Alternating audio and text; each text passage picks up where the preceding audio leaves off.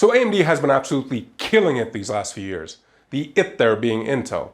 But the better and better AMD CPU department does at, destroying Intel, the more we're reminded that their GPU division is still struggling to keep up with Nvidia. AMD has yet to release a card that can compete with even the 1080 Ti, never mind the 2080 Ti, and it really sucks. Thankfully, even though AMD can't really keep up in the ultra high-end GPU market, they do kind of make up for it in pretty much every other market. Case in point, the RX 5700 XT. An absolute monster of a card that should be able to keep up with pretty much every mid to high-end card Nvidia can throw at it. And in this video, I'll be taking a look at one of the most prestigious models out there, MSI's RX 5700 XT Gaming X. And look, I know, that's a lot of X's, but to be fair, it's a lot of card. The 5700 XT is a 7nm chip built on AMD's new Navi architecture, and it comes equipped with 2560 stream processors, along with 8GB of GDDR6 memory running at 14GB per second, and uses the new PCIe 4 standard. AMD's own reference design 5700 XT has a base clock frequency of 1605 MHz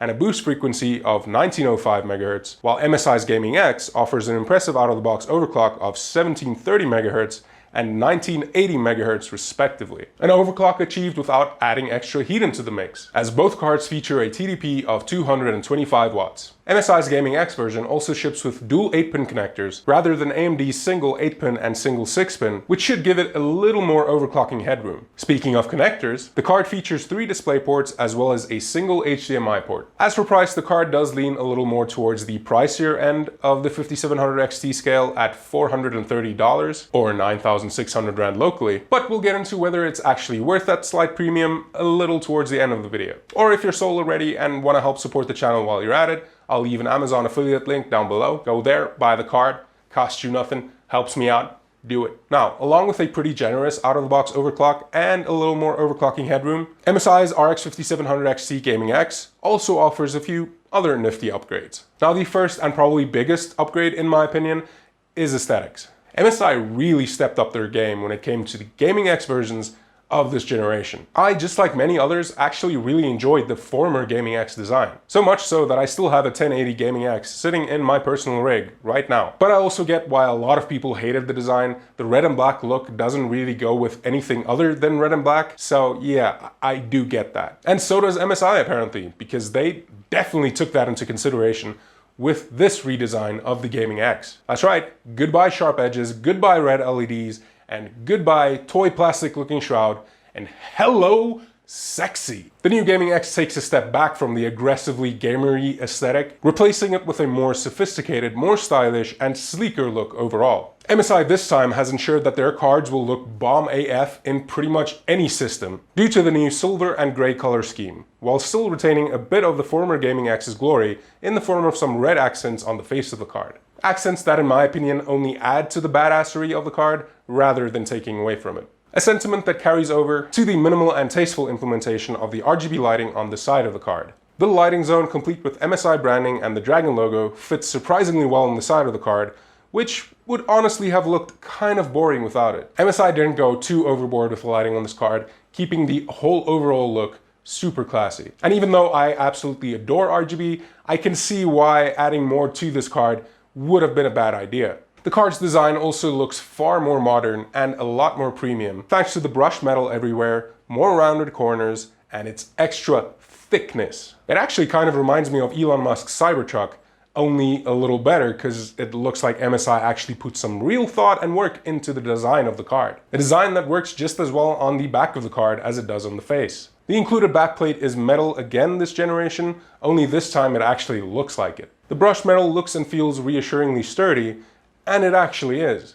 In fact, the build quality of the entire card is pretty much impeccable. Even though some parts of the card are still mostly plastic, it doesn't really feel like it. It feels like a solid chunk of metal. The PCB is essentially reinforced from both the inside and outside, while the beefy cooler adds some top-tier thickness to the whole thing.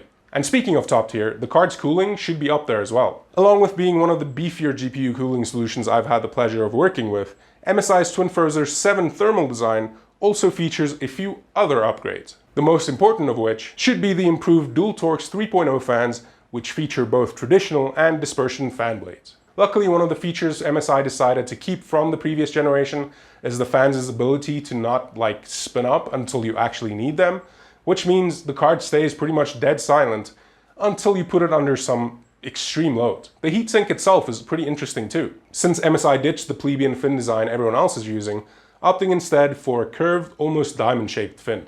MSI claims that the new design should allow the airflow to pass more smoothly, resulting in less noise. Now, I'm not too sure about all of that, but it sure does look cool. MSI also paid special attention to keeping the entire board cool, rather than just the GPU, with generous thermal pads covering the card's memory and PWM modules. So, now that we've well and truly sized this puppy up, let's see what it can actually do. Unfortunately, I haven't yet reached Linus levels of tech YouTube fame just yet, so I'll be using my Ryzen 1700 system for most of the benchmarks. Which means that if you're running anything better than that, then your numbers will definitely be better, because that's how math works. For our first benchmark, I fired up Apex Legends at 1080p with the highest quality preset, and man was this thing impressive. The card managed a combined average of 160 FPS, a 1% low of 106 FPS, and a 0.1% low of 74 FPS.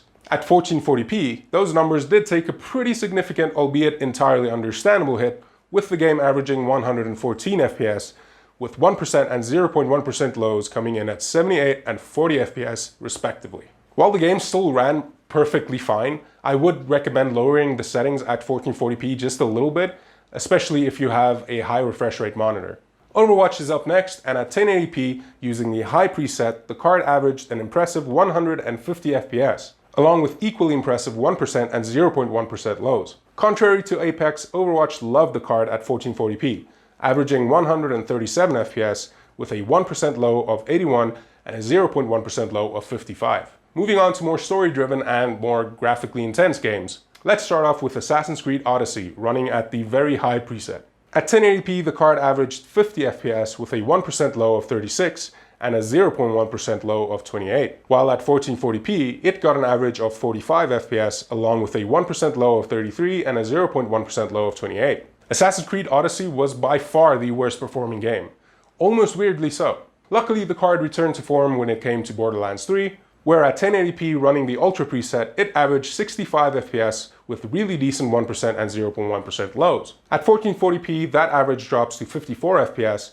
with similarly decent 1% and 0.1% lows. Our last benchmark comes in the form of Far Cry New Dawn running the Ultra preset. And at 1080p, the card managed an average FPS of 63 with lows coming in at 44 and 41 FPS respectively. At 1440p, the game ran almost as well, averaging 61 FPS with almost unchanged 1% and 0.1% lows. MSI's 5700XT is clearly quite the beast at esports titles, as well as more single-player focused games, minus Assassin's Creed Odyssey, which I'll have to retest in the future, and it does so at both 1080p and 1440p. It also ran surprisingly cool in this extreme South African summer heat, where ambient temp ranges from 25 to 35 degrees Celsius.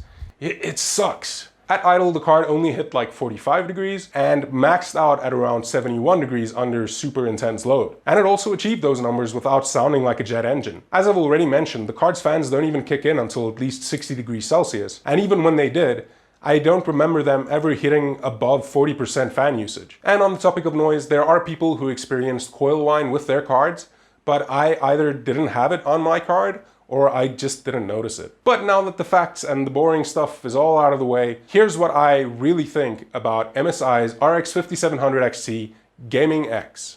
It's awesome. The card itself is phenomenal. I'm in love with the look and design of this thing. It is, without a doubt, my favorite board partner design of the entire generation. It also runs shockingly cool, even under hellish South African summer conditions. And it does so while staying mostly silent or barely audible most of the time. And most important of all, it performs exactly how I'd expect a card at its price bracket to perform.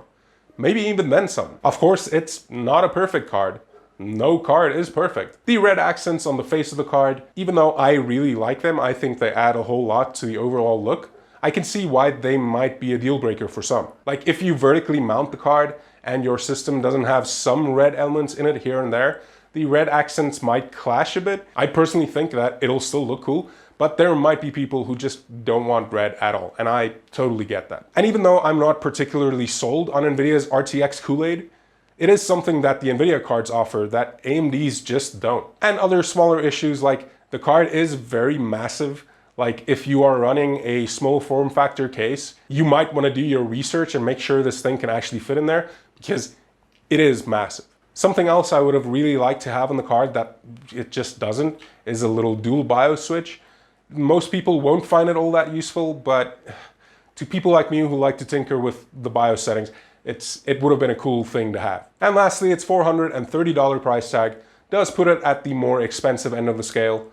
So if you're looking for the best budget option, this is probably not it. But even taking all those little things into account, I still would have no problem recommending this card to pretty much anyone. If you can afford it, if you like the look, if you like the performance, then you can't really go wrong. AMD has built an absolute monster of a GPU here, and MSI's board design takes it just that one step further. And that's me done. If you enjoyed this review or found it helpful or insightful or anything at all, hit the like button, get subscribed if you want to see more of these videos, and make sure to hit that bell icon so you're notified when I actually upload, because YouTube sucks now. And while you're down there, do check out my Patreon. I'm still trying to figure out how to make it more worthwhile to join up, but if you want to jump in early, please feel free to do so. And finally, this video would not have been possible at all if it wasn't for MSI South Africa sending the card over to me.